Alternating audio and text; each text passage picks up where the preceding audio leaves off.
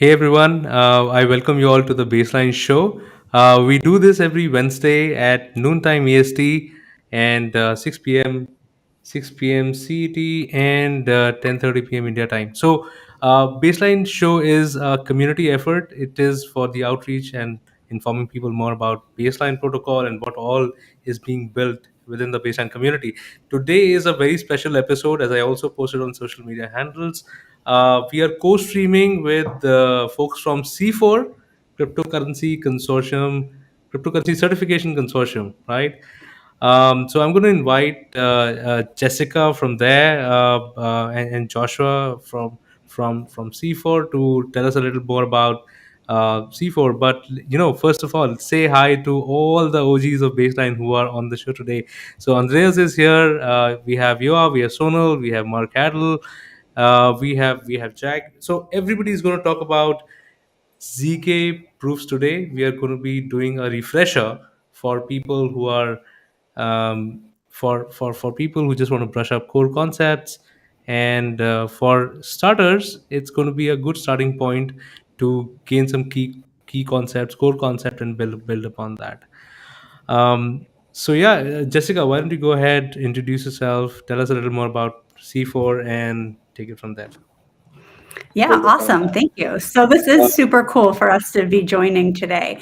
So I'm Jessica. I am from C4. I'm the executive director, and we have a scheduled live stream as well at this time with our CEP committee. So we've got two of our CEP committee members here today, Josh and Sonal. Sonal is both part of Baseline and part of C4's CEP committee. And if you have not heard of C4, first of all, why not? Second of all, we are a nonprofit organization based out of Canada, and we do education and certification for Bitcoin, Ethereum, and we've got the cryptocurrency security standard. But today we're here to talk about zero knowledge. So anybody from C4 want to say anything else about what we do that I haven't added yet? Josh, Sonal? Just how much How you could I love possibly it? follow that up with any additional information? C4 has been around the space since 2014. We just love producing good content. Our focus is on educating people and making sure that we're working with fellow good people in the space. Awesome.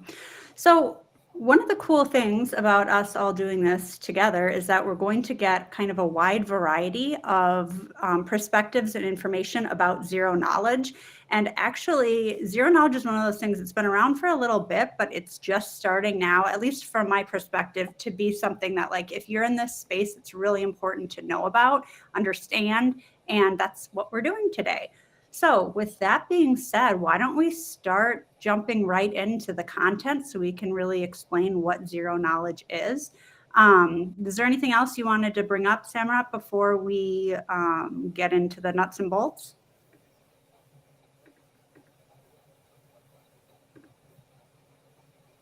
No? I'll take that as we're ready to go. All right. No. Let's start with what the heck we're talking about. I feel like that's always a good thing. So if you just joined and you're like, you keep saying these words, what is zero knowledge?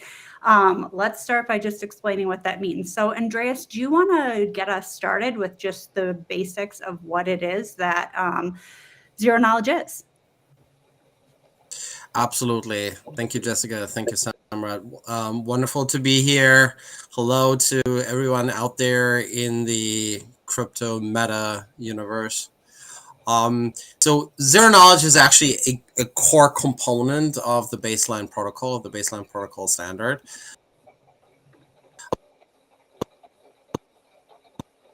So let's dive in and give a very non-technical introduction to zero knowledge, and why really do we need it, right?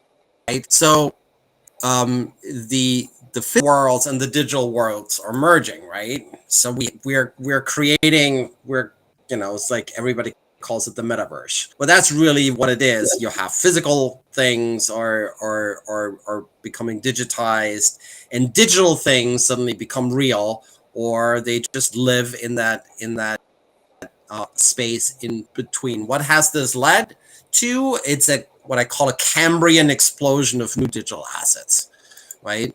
So what are these type of digital assets? We have non-fungible digital assets. So we have houses that are suddenly popping up. Uh-oh.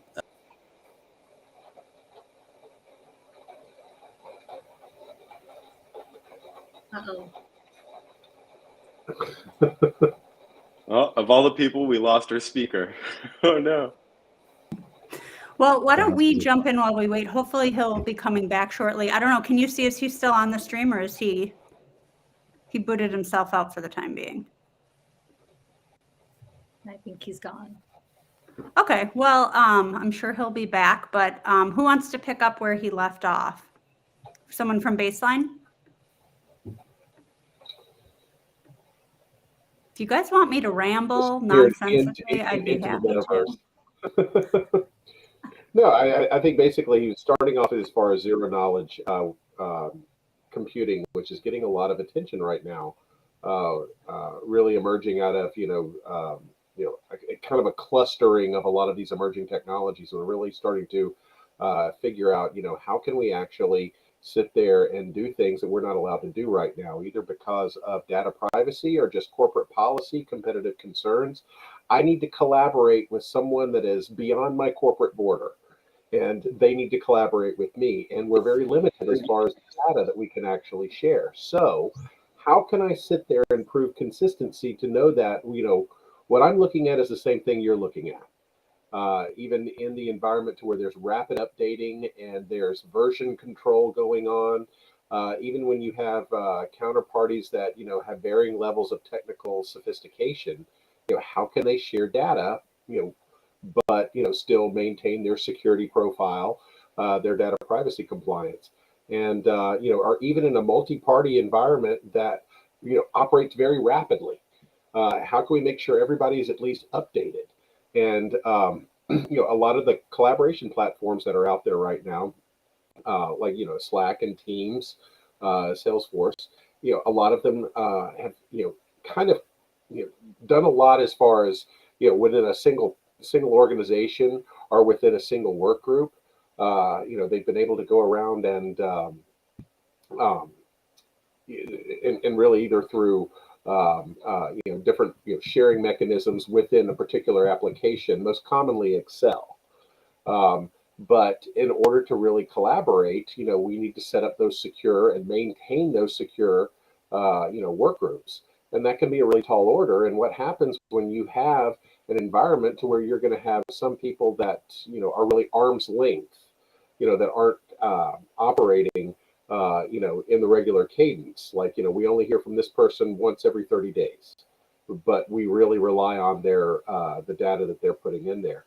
And how do we sit there and prove consistency? So zero knowledge proof is a major component of that, is to where you're not sharing the data itself because you can't, but you're sharing a proof of the data. And within the business environment, I commonly tell them to where I can't share with you the real thing, but I can show you a mathematical proof that we are aligned. Does that cross your threshold? And that's enough, to cross it, because I can't have the data, but I have a proof that my data set matches those of my counterparties in any given point in time. And even you can start to get, more granular about it to where, if you look at it from kind of the macro aspect to where, yes, this spreadsheet matches your spreadsheet. Well, what happens when it doesn't? And, through zero knowledge proof and with baseline protocol, we can pinpoint, well, this is where the misalignment is. There was something that was changed at the last minute. You don't have to go back, open up the spreadsheet and start, combing through it to find out, okay, what's different. We can basically give you, boom, this is where it's different. So, whatever it needs to be updated and everybody can get resynchronized, that's really what a lot of people are paying attention to. And zero knowledge computing is, a key component of that. So, but Andreas is back. He was. Sorry, I don't know what happened. I guess something the application crashed in my. Yeah, Can you I guys also see got kicked my? out and then I came back again. Can you see my screen? Or what was the last thing you heard before Not it yet. disappeared? The houses are popping up. The houses. All right. Okay. Yes, So houses are we have I was saying, you have houses, real or imagined. People are paying money for it. Cars, commercial documents. That's what about is uh, uh, doing business transactions based on commercial documents, and you have fungible digital assets, liquidity rewards if you're into DeFi, utility tokens such as for storage if you like Filecoin or Storage, or tokens with programmatic value, for example.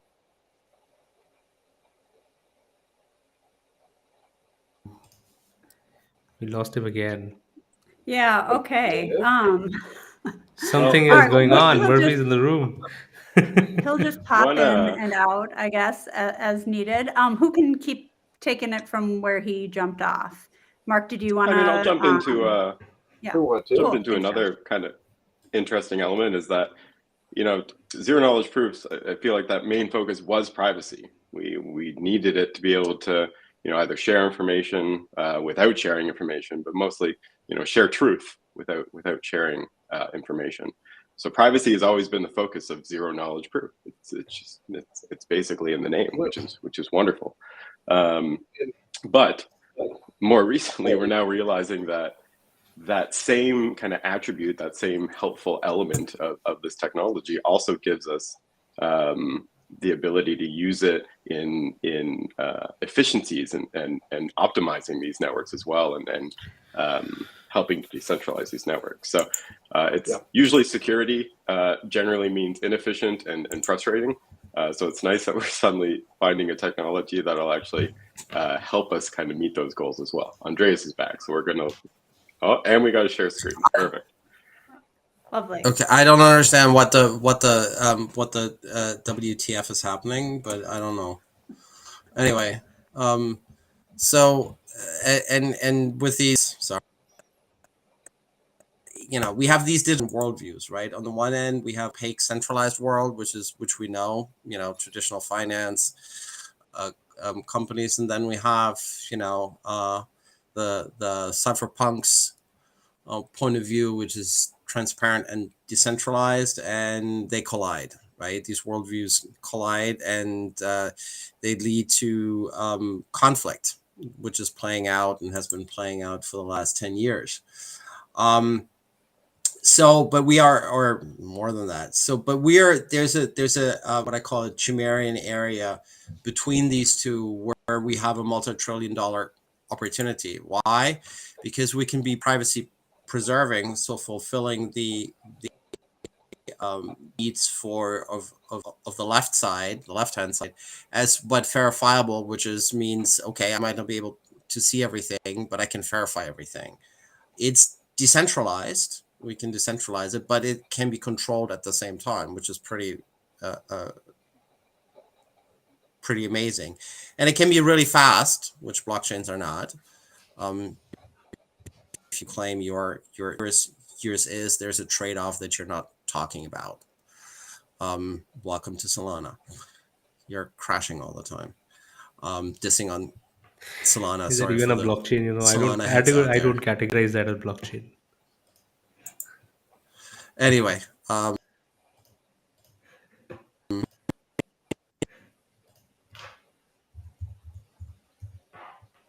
And we lost him again. I kind of love this because I feel like this is our opportunity to go into the where's Waldo, where's Wally example, except it's like where's Andreas. But maybe we should, since he keeps disappearing and where in the world is, that's Carmen Sandiego, not where's Waldo. Anyways, I'm mixing my stories together and singing in my head. I won't continue. Yeah. So does someone want to explain what I'm talking about? Why am I talking about Waldo? Does anyone want to go into that? Waldo's back. Waldo's back. Yeah. So it's like, let's forget about the screen sharing. Let me just talk about really. So if you're using zero knowledge proofs, you can do amazing things, right? So for example, you can have fully verifiable and auditable by anyone, anytime. Traditional investment funds. Welcome to FTX world, right? That would have been great to have had it, but you don't have it. So that's key. While everything is still fully opaque, right? You can have digital asset exchanges with high frequency trading, right? That are, again, verifiable by anyone, anytime, or secure. You can't cheat, right? Same thing for supply chains. Gaming, it's like everybody, everybody knows what the latest cheat is. That actually is not operating at the OS level, but actually at the firmware level. Okay, so it's like the only way around that is using zero knowledge proofs that present what the state of hardware and software is at any point in time. So, but again, you can combine those and using. So the key thing is, where does the decentralization aspect comes into the zero knowledge that we'll talk about in a second what that actually is. You can use blockchains at the same time. Why do you do that? Because you're building a stack, which I would love to show, but I can't because the effing stream crashes all the time. We can add it in later. Andreas, Yeah, our video editor can add it in later, and we can do like a little clip for it that we can release to people in addition, so they can see that part. That's fine. So basically, you can build a stack, a 5-layer stack, where the top 3 layers of application, middleware, and the functional aspect is your typical enterprise stack, and then you have your layer, what I call the magic layer of privacy and speed. In the parlance of Web3, it's called a layer 2, and what above it is a layer 3. And underneath it, and that's why it's really important to use public blockchains, because this magic layer of processing in speed, where all the zero knowledge magic happens, is actually inheriting the security properties of the public blockchain, if you're doing it right. If you don't, then that's really bad. So, but I can do all the wonderful things of cryptography, and I don't have to do everything on a blockchain, because that's not what a blockchain is for, right? It's like it's like, if everybody's actually wants to be interested in how why we can actually verify zero knowledge proofs on Ethereum, it's a very fascinating story about Zcash and Christian Riedwiese and Vitalik and so forth. I can tell that at one point in time. But really important, what is zero knowledge, right? And the easiest example is what's called Alibaba's cave. Right? Alibaba's cave just says it's like I tell Samrat, hey, I know the password to Alibaba's cave, and Samrat goes, well, prove it. I'm like, okay.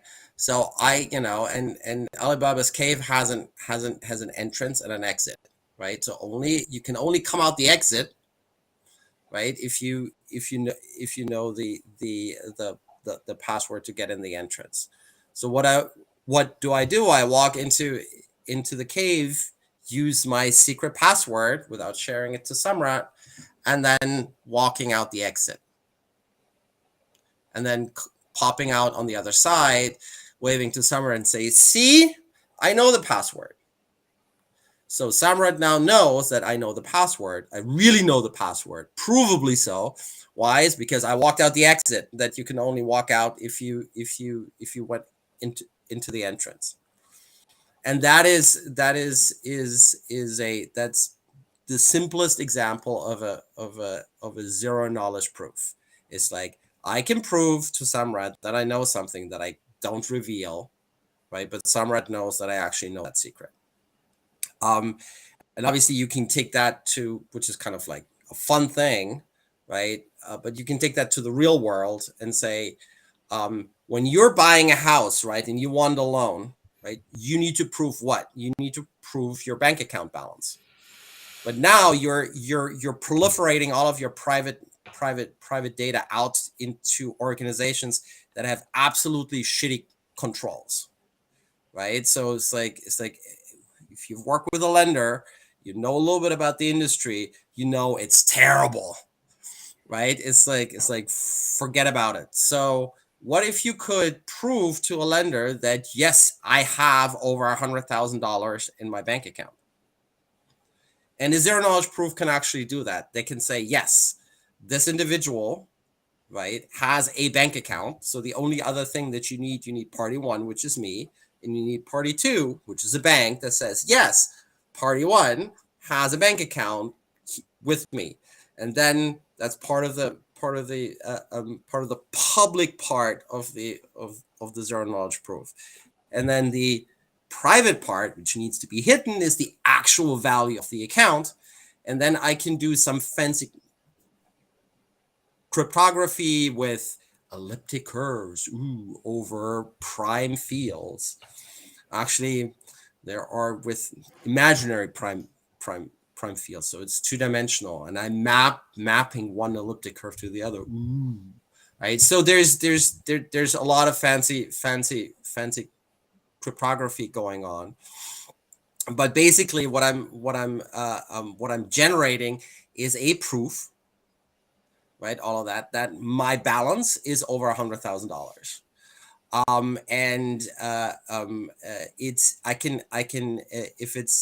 that can be proven, right? Within code, and we'll see that in 1 second. That we that the zero knowledge proof. So the formal definition is that it's complete. That means I can an honest prover can prove to an honest verifier the statement. And soundness, right? That's the second, and that's really hard. Is that a dishonest prover cannot prove that statement to an honest verifier except for some minor small probability, right? And then the zero knowledge part comes in, is that I have I have a perfectly hiding characteristic of my cryptographic system, which means I can generate secrets that I don't have to share with anyone as input. So that's sort of like the formal definition. And a really good example of this approach is actually Battleship. And Jack and Ian have done that stuff. And do you want to show us how you can play Battleship in zero knowledge? So sure. You can't cheat. You can't cheat, right? Which is the really important thing. Take it away, this is funny. I played Battleship this past weekend, and I was accusing my boyfriend of cheating, and he was like, "We're literally like at home playing Battleship, like nerds. Really, you think I'm cheating?" And I'm like, "Prove it!" But of course, so I'm excited to see how this works. So carry on. That's awesome. Yeah. So it's like, yeah, you can't cheat. All right, take it away, guys. Sure. Yeah. So as a quick caveat, it appears that Polygon Mumbai is experiencing some issues. So we'll be able to show off some of it in a front end. And then if you wanted, we could very quickly fire off a test suite and talk about that. But, you know, like Andreas mentioned, Battleship is a really fantastic example of a game where it's not deployed on Goerli. Battleship is a fantastic example of a situation where you have, in this case, two players, but it doesn't really matter, just more than one party who have an adversarial relationship with each other and still need to coordinate with each other. So it's a really simple way for you to kind of, because everyone really understands that when you're playing Battleship, you don't want your opponent to see your your board state. So once you've gone through the motions of obscuring board state in a circuit, it becomes a lot easier for you to understand how you can kind of take zero knowledge circuits and repurpose them for more practical use cases. So yeah, I guess we could try really quickly to share screen. Yeah. So Jessica, for your peace and quiet at home, play this version of Battleship. It's much better for your relationship. Yeah, noted. I think I'll be taking, this is the takeaway from today for sure. So is this coming through? Samurai, you might have to Not change the input for the stream to Jack's. And Jessica, if you're interested in cheating, I'll teach you some tricks. Noted. I'll contact you later today about that. Yeah, we can't see it yet. I think, Samurai, you need to change the view. Maybe you're working on that right now.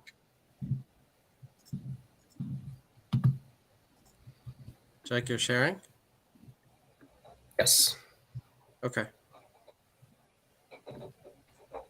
I can't see it, so that's fine.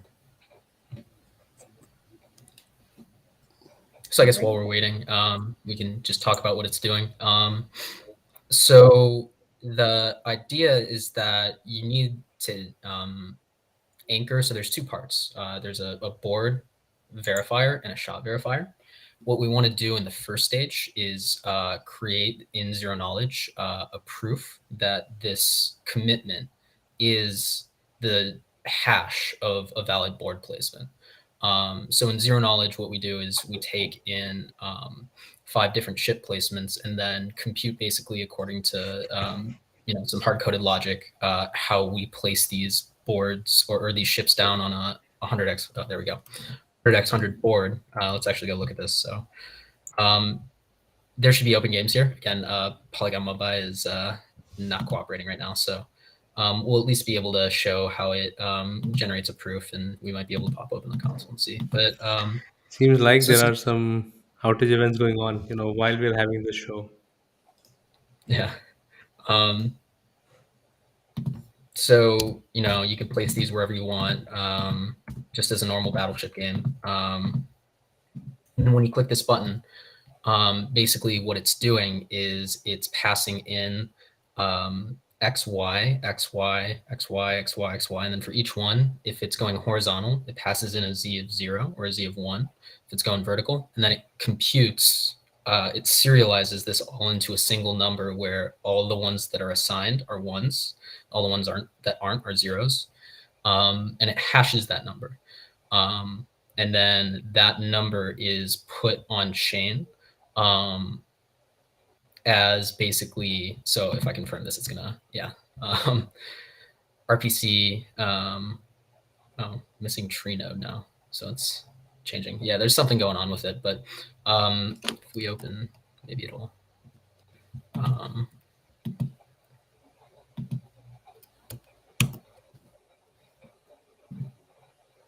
no, it's not gonna, yeah. Well, anyways, so basically though, what it did do is it generated the zero knowledge proof. It just, the part where it communicates with the chain is not, it's failing to talk to Infero right now. So, but what we did was we generated a zero knowledge proof written in Circom, and then we used Snark.js in the browser to drive this this view. And then once we click the start game button again, you see it go generate this proof, and it will inject it into a MetaMask transaction. So it already filled. Inject into a MetaMask transaction where it anchors that commitment, and then the smart contract injects that commitment in each shot proof and basically constrains that you're checking that when you're making a shot, it's against the board commitment that you attested to in that first shot. So you're able to operate trustlessly on the board state without ever having to reveal the board state, which allows adversarial parties to coordinate. So this is done in CIRCOM, and part of the reason it's a little out of date is because we've actually been working on rebuilding this both in Aztec Noir, which is basically done. I'll let Ian really quickly talk about that in a sec, but and then also Halo 2. So we will be like kind of changing this. Instead of battlezips.com, it'll be like circom.battlezips.com, halo2.battlezips.com, noir.battlezips.com, kind of showing off all the different ways that these different proving systems are used to accomplish a very simple mechanism of obscuring information from adversarial parties in a decentralized way. So yeah. This is so cool. I'm not super technical, so I don't understand all the technical things that you brought up, but in general, like this idea of being able to, I mean, zero knowledge is amazing, and it's cool to see this in action when you're sharing your screen, some of the kind of behind the scenes with the coding and stuff. That's interesting. I was wondering if, well, any other comments or questions we want to get into about BattleZips before we move on to other examples? I'm just kind of curious. Add, Ian? Oh my gosh. What has improved in the technology over the last couple of years that have now made things like this, somewhat more approachable and possible? Yeah, well, I think this is a good segue to the Noir implementation. I actually just got done writing the circuits for that, and we're going to be shipping the front end for that within the next few days. But what Noir basically is it's another domain-specific language for writing ZK proofs. BattleZips v1 was in CIRCOM, and in order for this to be developer-friendly, or really, this goes for anything in life. In order for something to be usable, you have to reduce complexity. And when it comes to zero-knowledge cryptography, it's very counterintuitive at first. Everything is translated into an arithmetic circuit, and that concept is very, it's not friendly to the public, but it's even very developer unfriendly. So what Noir basically aims to do is really abstract away from that, and they want to make it so a developer can come in without needing to use the cryptography part of their brain, and really just bring a software developer be able to write proofs with ease. So it really builds upon a lot of the past DSLs. It allows a lot more abstraction, so you can actually use if statements in it, unlike CIRCOM, and it's really easy to use. I will say though, right now in the early stages, there's a few growing pains. For instance, they have a TypeScript library and also a command line tool set for compiling Noir proofs. And unfortunately, the command line tool set, there's a bug with it. So I had to switch to their TypeScript compiler, and ended up having to rewrite the entire circuit without a stack trace errors that are produced. So that was a bit painful. There's also not logging yet, but this is just a really promising project overall, because when they actually get to the point where this reaches mainstream adoption, and they've really worked out a lot of the bugs and kinks with it, I think this is going to be, one of the most powerful tools going forward for writing ZK proofs.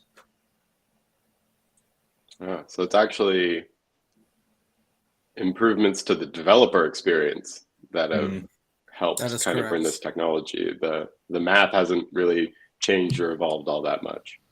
Well, it has, yeah, but sure. it's where there are different types of approaches that allow you to do trade-offs, right? So and the trade-offs are whether you want to have a proof generated fast, and the verification of the proof is then much slower, or if you want to have if you're okay to generate it takes a little more time to generate the proof, but the verification is really fast. So it's and those are different types of prover systems, what we call prover systems, that just work with different cryptographic assumptions and techniques. And like with everything in life, it's a trade-off, right? It's like, you know, having your cake and eat it is typically makes you fat. So it's like there's no two way around it. So if you don't want to get fat but still want to have the cake, you need to eat less of the cake, right? So it's so this is exactly the same as with zero knowledge proofs. And Noir is a great example of a domain specific language.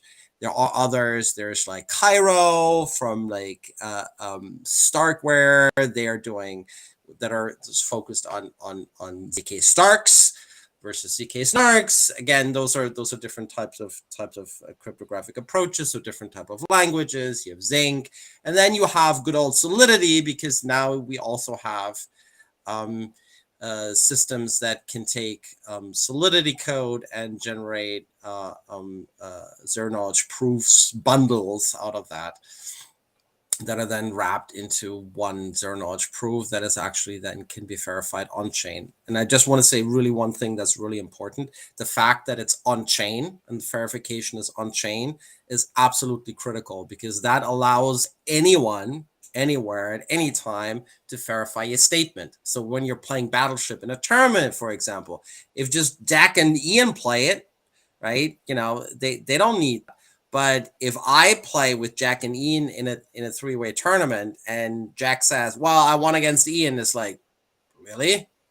This is like, I didn't see that, right? So then Jack can say, well, here's, you know, here's the button, click on that, verify game, boom, yes, I can actually verify on chain that Jack beat Ian fair and square, right? It's really important once you have more than two parties start to coordinate, and that's again what Baseline is about. That's why Battleship was developed within the Baseline community, because it's a simple, intuitive example of multi-party coordination under zero knowledge. That's why I just wanted to say, it's like this is you can verify these proofs on chain, because some people were kind enough back in 2017 to write all these nice precompiles in that allow you to do cryptographic operations on chain. So it's not cheap, but it's worth your while.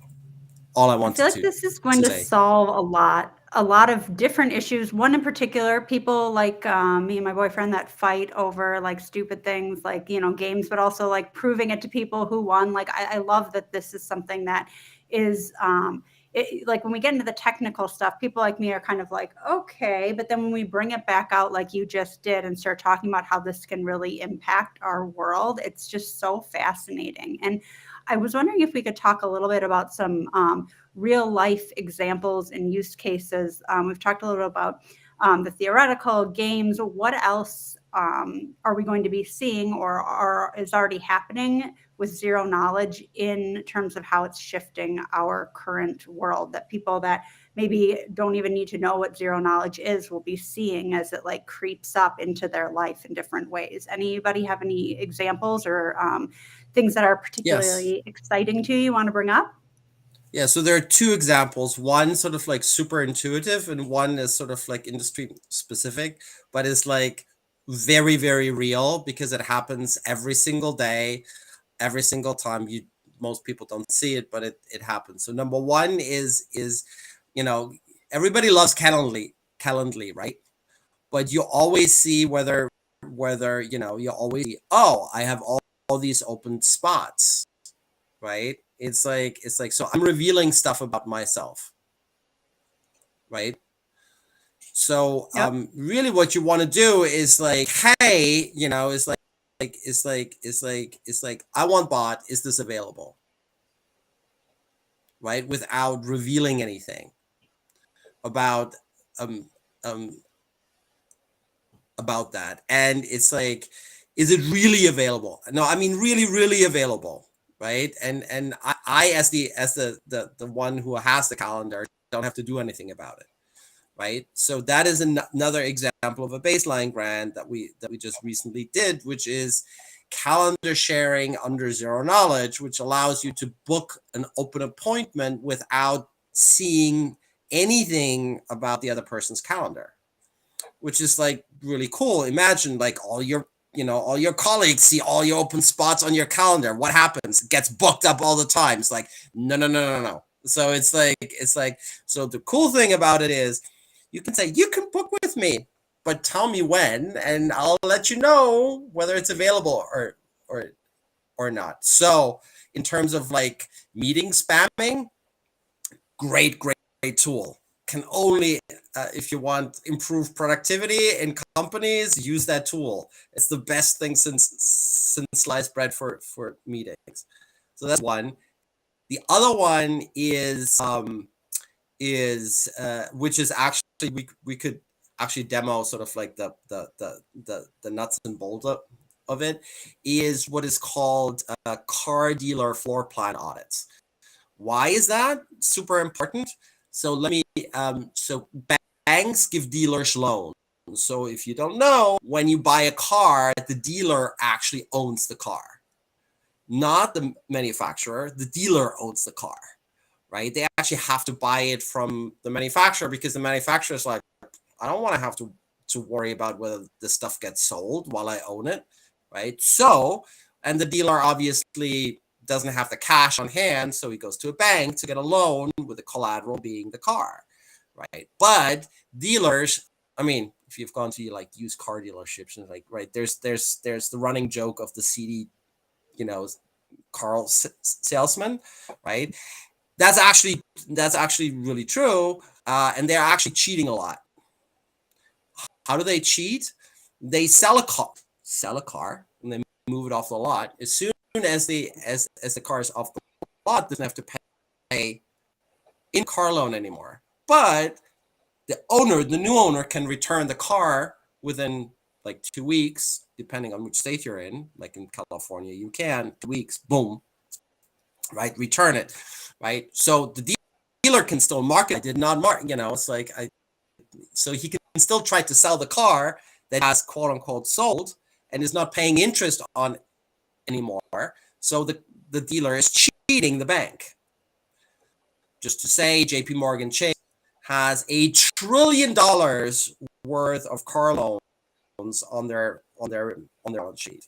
Just to give sort of like a rough order of magnitude what a single bank has. So this is a very, very, very, very, very large field with a lot of problems. Right? Everybody and their cousin, all the lenders, are sending people in to count cars, right? It takes a long time. It's very expensive. So what a company called Zootopia is doing, it's cooperating with a location beacon provider that is attached to irremovably attached to the car key, and that sends location information, right? So what is happening is that Zootopia is processing and providing to all the lenders, because a dealer typically has multiple different car makes of cars, Toyotas and Fords and M's and so forth, Hondas. They all have their own lending arms, and they all would send their auditors. Right now, is the car, and they're only doing that, is the car on the lot, and is the car supposed to be part of the dealer fleet, right? But all the other lenders they are not supposed to know about anything except their own thing about their own cars that they're lending. So what we can do now is provide a proof of location, the car's on the dealer lot, and oh, by the way, that car is also part of the dealer fleet, right? And we can provide that in zero knowledge, which means we can provide it to anyone and they can verify it, and they don't have to send people anymore. It doesn't take forever, and it comes out of one hand. So that is saving lenders a lot of money, and from a people point of view, from a timing point of view, but also because now they can have better loan conditions. It reduces fraud, and therefore it reduces cost for the honest car dealers. So that, and you know, we're talking about hundreds of millions of dollars. So that is that's a very concrete example that is actually going to go live next year, and for which you know, the circuit, which is very general, zero knowledge proof of, hey, I'm a member of this, and I'm here, I'm within this particular region, is actually usable. For example, if you think about the military, right? Is like, if you need to know where a unit is, and are you supposed to be part of this, right? You can just, the unit can generate a zero knowledge proof without revealing their location. It says, yes, we're here where we're supposed to be. Just as another use case for the circuit that was developed by Keith and Yoav here. Yeah, I mean, that's really powerful. I was going to say, I commonly tell people, I'm like, to where think of the zero knowledge proof as like a fingerprint of the data set that it's referencing. And, you know, when you're in a multi-party environment, you can't share the data, or you won't share the data. You're basically matching up the fingerprints of the data, and where they match them, and where are they misaligned. You know, that's one kind of a way to, you know, really articulate zero knowledge proofs. A lot of us that have been in blockchain are really familiar about the rabbit holes that we can get led down when you start to go deep, you know, peeling away the first two layers of the technology. You can really get yourself into check your way into a cul-de-sac, as I would say, with a lot of this. And so, you know, with zero knowledge proofs, I commonly tell people, I was like, you know, certain elements, you know, they don't have to be as complex or just esoteric as everybody thinks they is. I mean, it's a fairly easy concept to where it's like, I can't show you my data, but I can show you the fingerprint. You get the fingerprint. Let's compare our fingerprints. So, and that is enough for most operational environments. But, you know, one thing I do want to kind of emphasize is, you know, when it comes to zero knowledge proofs, you have three elements that are really being that are going to be comprising any, you know, complete, proper zero knowledge proof. The first one is going to be completeness. You've got to have the entire pieces of the puzzle. You cannot withhold something because the proof will not, the proof will fail. So that's the first one. It's got to be complete. Second of all, it's got to be sound. You know, don't try and prove that the grass is blue and the sky is green, because that is not sound and stuff. And the third element is zero knowledge, that in this exchange, you have not gained any new knowledge whatsoever, other than you are either consistent or you are not. You are matched up or you are not. So to, you know, largely the non-technical audience, I try and emphasize a lot of the kind of easy way of looking at zero knowledge, because it's really easy that we can get very complex and very technical very quickly. And we'll lose the audience, and people are like, I have no idea what you just said. I think the first way, or one of the first ways it was explained to me, was imagine if you get pulled over.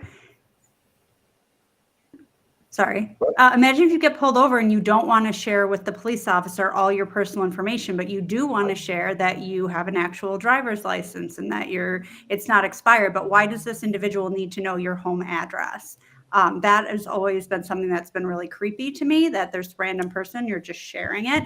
And then to hear like, oh, maybe there'll be other options. That's what got me like, well, I would love, not that I get pulled over all the time. I'm not like a, you know, crazy race car driver or something like that. But assuming that maybe I am, I wouldn't like my information to be spread all the way around. So yeah, there's all these little things in our lives that could be fixed basically. And I'm sure just as likely, Jessica, you're probably going to, you know, a lot of clubs and stuff, and you've got to show your ID to get in there. And the bouncer is looking at it going, hey, Jessica, we're from the same hometown. And you're like, okay, I didn't tell you this, and I don't want you knowing this. You just need to know, am I over 21?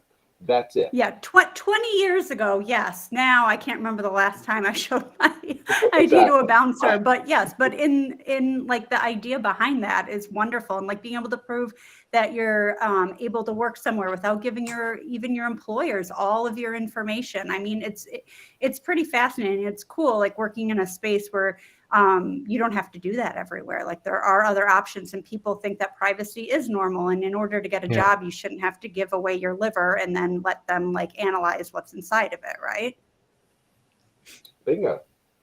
Yeah, Yeah. and what's And also a lot of really- those proofs to where it's like you don't need to know all of the different data, because if you look at all the things, even on your driver's license, it's got your home address, your date of birth, your height, your weight, your eye color, if you're an organ donor, all this stuff.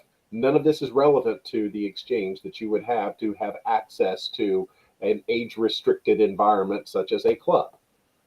So So and no, were you going to say something? why not make it simple? And actually, from when it comes to the verifying party, it removes somewhat of the liability, because they're not having to make a judgment or a determination as to whether you are compliant or not. They Yeah, just and I was prove to going to me that they mention, are. That's all I need to know. I was going to mention the other end as well. So aside from like consumer or like user use cases that we would all be compelled to, there's the huge bucket of enterprise use cases as well. Our technical steering committee from Baseline just published a blog called Digital Business at a Crossroads, backed by a ton of stats. So feel free to check that out. But it's all about the need for multiple parties to coordinate information in businesses, where global supply chain is a very obvious example, but really any situation where a company would benefit from exchanging data, but not even that data. That's not what it's important. They don't need the raw data or anything private. They just need certain attributes or outputs of calculations of that data. And then they can do all sorts of undiscovered capabilities for their consumers, for their clients. So I think that is just a whole different ballgame that we're really excited from the Baseline perspective to be a part of, to be Yeah. working on a standard Yeah. that uses zero knowledge for such a vast amount of industries. That's a really good point. Actually, I mean, a few days back, actually, to an enterprise, Tradelands was shut data down. is risk.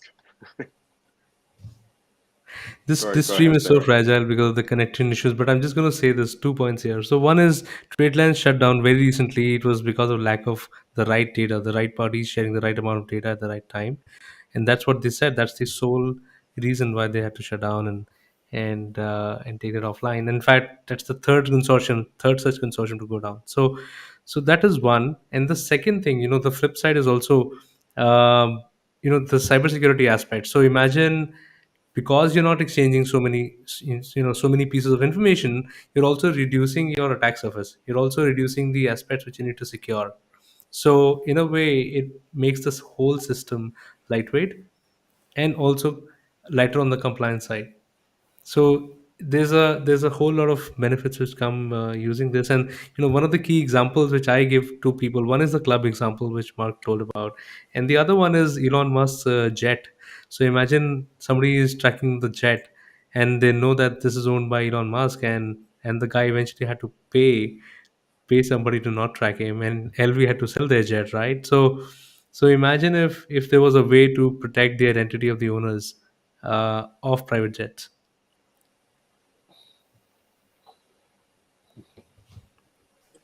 So that was I'll a let use you know case when we I were get discussing my a few I'll days let you back know with when I a get with my a large private jet. airport company. Protect the owners of private jets. Yeah, a Actually, problem very few people have, but very important people have. if you want to look at Josh, were you a going to say something? I was actually going to hit that same point of data is risk. If two businesses need to trust each Yeah. other and transfer data that's in any way sensitive, and sensitive could mean it's data they've spent millions to generate and understand, or it's data that might be PII belonging to their customers. No matter what, that data is risk, and losing that data could either mean significant lawsuits, could mean significant fines, or just the loss of a good partner in business and in enterprise. So anytime that we can help reduce that risk and only transfer what needs to be done, that ultimately means companies are happier because their data is safer. They're maybe more likely to bring on other partners that they wouldn't necessarily want to go through the trust issues with.